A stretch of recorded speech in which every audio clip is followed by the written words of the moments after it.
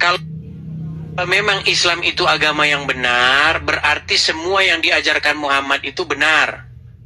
Pasti. Baik. Pasti Bang Edi. Termasuk minum air bekas lalat. Minum air kencing unta pun bagus kalau untuk obat. Itulah kebenaran Anda, makanya kebenaran dalam versi Islam tuh aneh.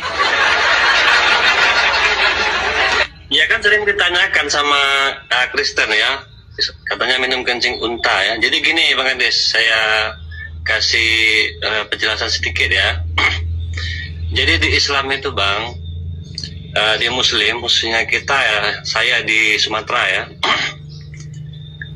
Jadi ada guru, jadi nggak Islam aja, jadi ada gurunya kan. Nah, kalau sesuatu hal yang mungkin orang Kristen anggap itu tidak baik, tapi kalau udah perintah guru ataupun bahwa itu ada manfaatnya, nggak ada mudaratnya yang signifikan, itu tetap dilakukan Bang. Apalagi perintah Rasul. Nah kayak gitu. Gak nyambung orang ini loh. Coba dengarkan. Bang, manusia itu mengeluarkan zat-zat yang dibuang oleh tubuh, setuju? Iya.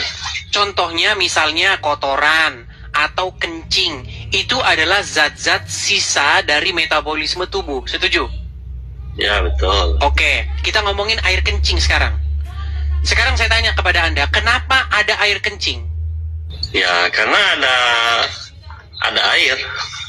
Oke, artinya itu merupakan zat yang dibuang oleh tubuh, betul? Ya, secara otomatis. Oke, pertanyaan saya Bang, kencing itu kotor atau tidak? Hal yang najis atau tidak? Tergantung. Kalau saya contohnya buat obat mata, saya usapin ke mata saya. Oke, kalau diminum? Jadi obat di air kencingnya. Kalau diminum? Kalau diminum saya belum pernah dengar. Kok jadi pura-pura begini Anda? Tadi katanya suruh Rasul, suruh Muhammad, sekarang tidak ada. Gimana? Iya di mana hadisnya disuruh itu air kencing yang diminum tuh di mana? Tadi katanya perintah Rasul, sekarang tanya di mana? Iya, kalaupun dia diperintahkan, saya minum. Jadi Anda tidak pernah tahu Muhammad nyuruh minum air kencing? Ya, coba lihat kan. Percuma kita ngobrol dari tadi, Anda sudah bilang itu perintah Muhammad, sekarang mana dalilnya? Ya, kalaupun diperintahkan, halo. Gimana sih Bang Edis ini? Kalau nggak diperintahkan, ngapain diminum?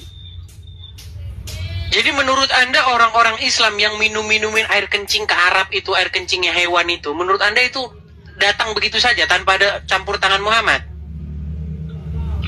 Karena aku udah bilang, kalau itu udah diperintahkan, contoh buat obat, saya pun minum.